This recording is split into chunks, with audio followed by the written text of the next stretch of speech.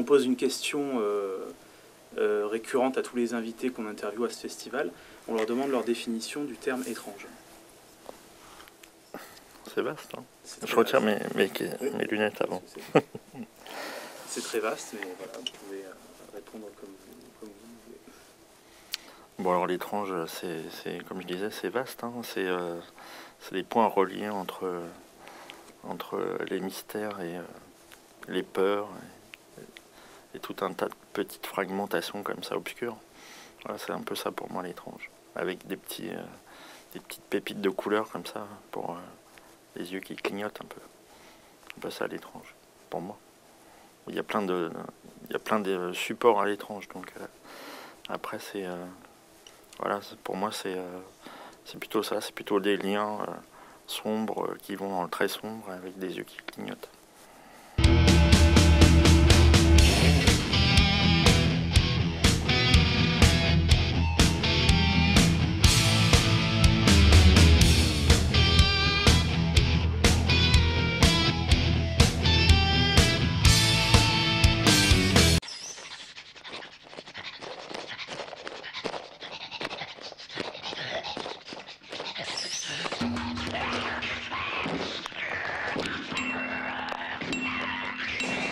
Comme je fais de plus en plus d'images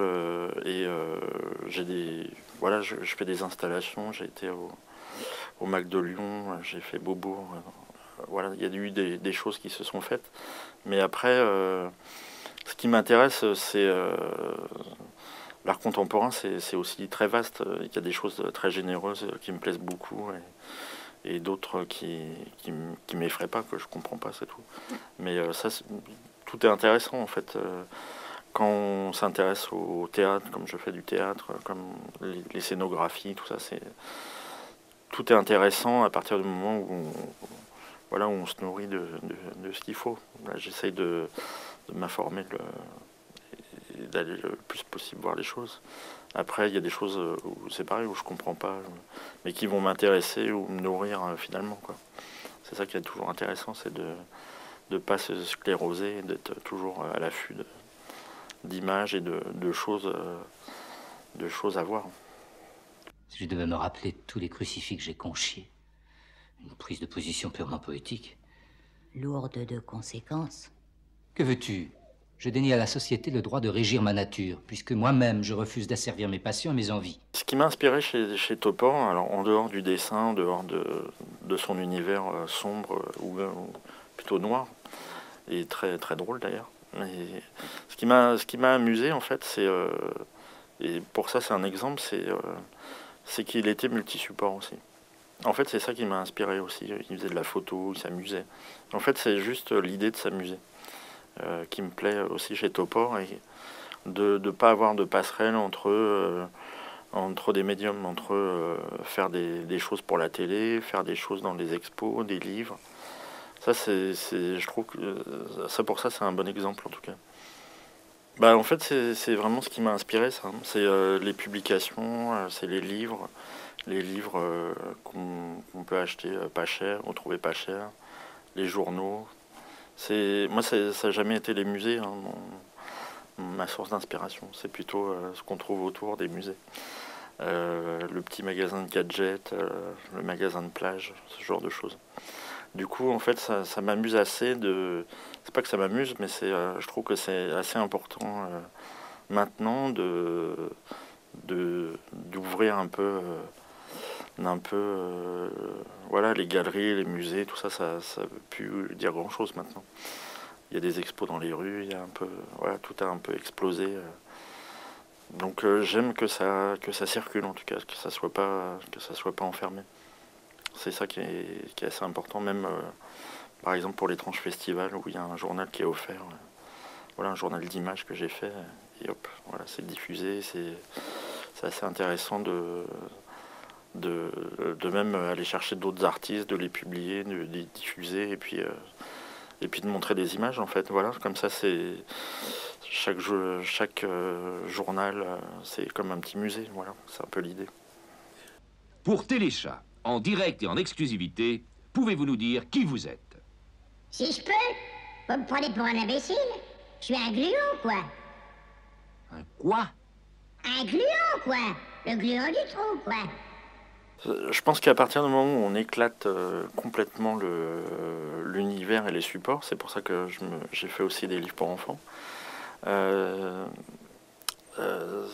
ça fait partie aussi du mécanisme, mais qui est personnel en fait. C'est-à-dire que j'aimais aussi les choses très noires étant gamin. Du coup, voilà, c'est toujours intéressant de travailler sur des choses qui m'ont moi-même inspiré.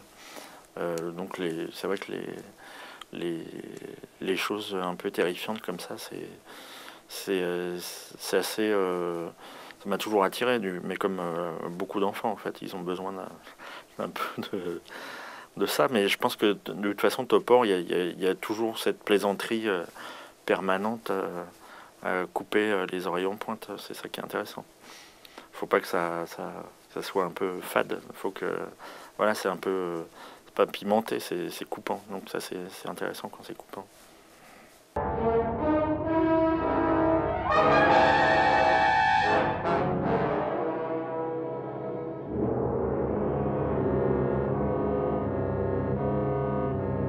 C'est vrai que celui qui revient assez souvent, c'est la créature du lagon noir,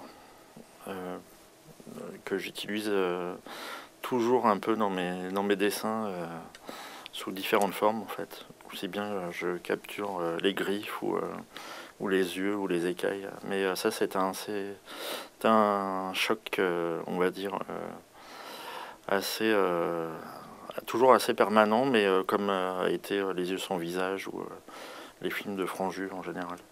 C'est surtout des atmosphères en fait. On revient au terme de l'étrange là. C'est qu'il y a une étrangeté, on la capte pas très bien. Il y a une espèce de forme de sensualité dans la créature du lagon noir, mais aussi dans Les yeux sans visage. Une espèce de... Voilà, c'est palpable. Il y a quelque chose d'organique dans ces deux films-là.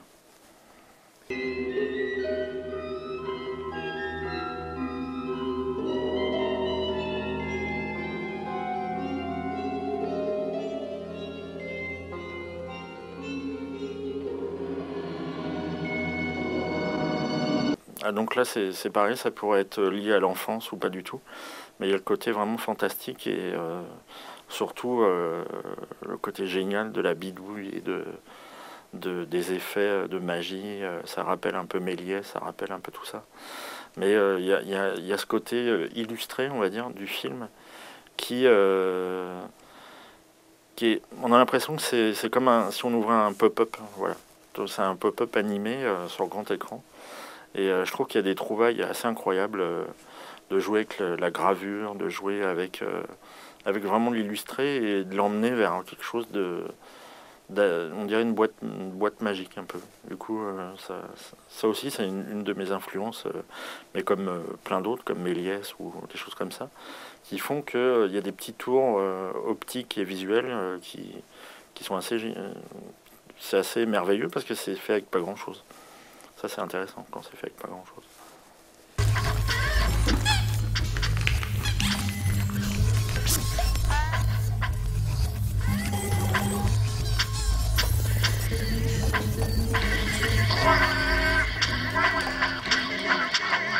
En fait, j'ai eu un projet de long métrage il y a quelques années, en film d'animation.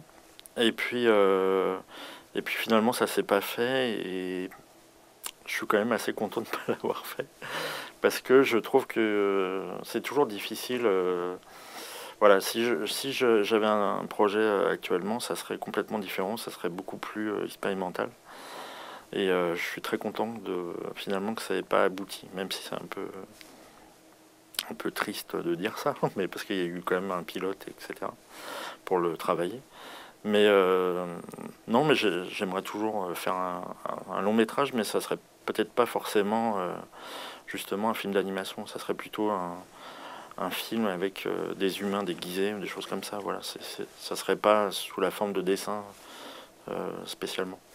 Je pense que ce qui me plairait, c'est bon, je fais des recherches, mais c'est vrai que même le cinéma m'intéresserait de travailler, par exemple avec des acteurs, des choses comme ça, mais il faudrait les maquiller. Ça, j'ai jamais fait, par exemple, de travailler vraiment avec des acteurs.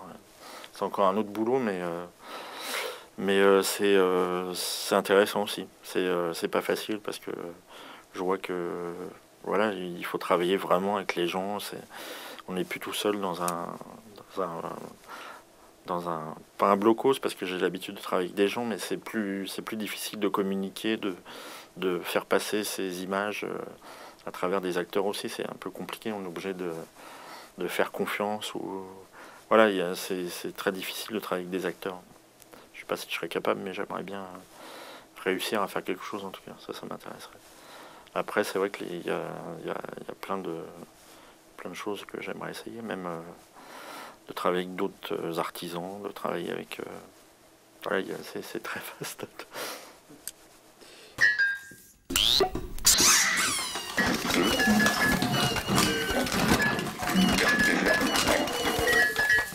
Je pense qu'il faut être indépendant. Parce que déjà mon univers est sexuel, donc déjà ça élimine un champ. Même s'il est enfantin, etc., je joue quand même avec des codes, voilà, avec la chair, avec tout ça. Je pense que ça pourrait pas actuellement marcher, ou alors ça serait un producteur kamikaze et qui a envie de s'amuser, ou lui aussi d'expérimenter comment perdre de l'argent. Mais en tout cas, je pense que maintenant, le problème, c'est que c'est lié trop à l'argent. Donc je crois plus au cinéma, au système D, que à rentrer dans un mode de production classique, on va dire.